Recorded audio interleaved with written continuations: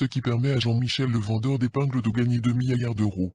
Et maintenant, retour sur un drame qui aurait marqué ce début d'année 2016. L'incroyable aventure des deux jeunes étudiants embarqués dans le bus le plus dangereux au monde.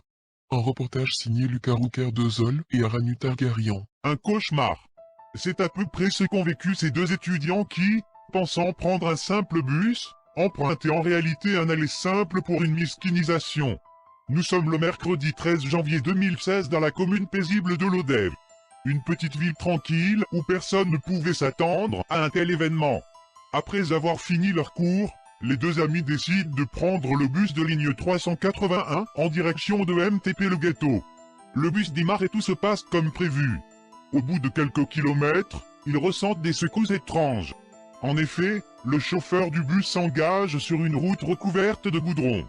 Le goudron est une sorte de pâte mélangée avec du titane et du diamant très nocif pour la santé des pneus. Les jeunes adolescents prennent ça comme un jeu mais ils ne calculent pas la gravité de la situation. En effet, environ 5 minutes plus tard, le chauffeur va contre toute attente s'engager sur l'autoroute. Pour les passagers, c'est la panique générale. Afin de mieux illustrer la scène, nous avons récupéré une vidéo amateur. Attention, image choquante. Les deux jeunes regardent le paysage et ne savent pas encore qu'ils vont vivre un calvaire frauduleux. Ils ressentent des secousses et s'aperçoivent seulement après que le autocar s'apprête à rentrer sur l'autoroute. Cela ne s'est jamais vu dans l'histoire des bus. Il va rouler avec des simples roues sur l'autoroute nationale. Il est malheureusement trop tard pour réagir, ils sont condamnés. Il ne leur reste plus qu'à prier Dieu Tout-Puissant et d'y croire.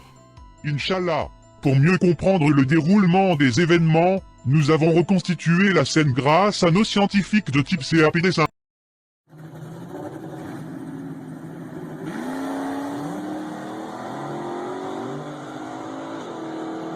Nous allons maintenant demander conseil à un spécialiste dans les droits des bus et du citoyen, Monsieur Luc Braun Exposito. Eh bien clairement le chauffeur de bus il a fait une gaffe voilà. Déjà il roule sur du goudron, c'était prévisible, un malade de la tête, comme lui ne devrait pas avoir de responsabilité aussi grande. C'est un crime envers les droits des bus et du citoyen Starfoula. Il est fou à flelou. Allez bise.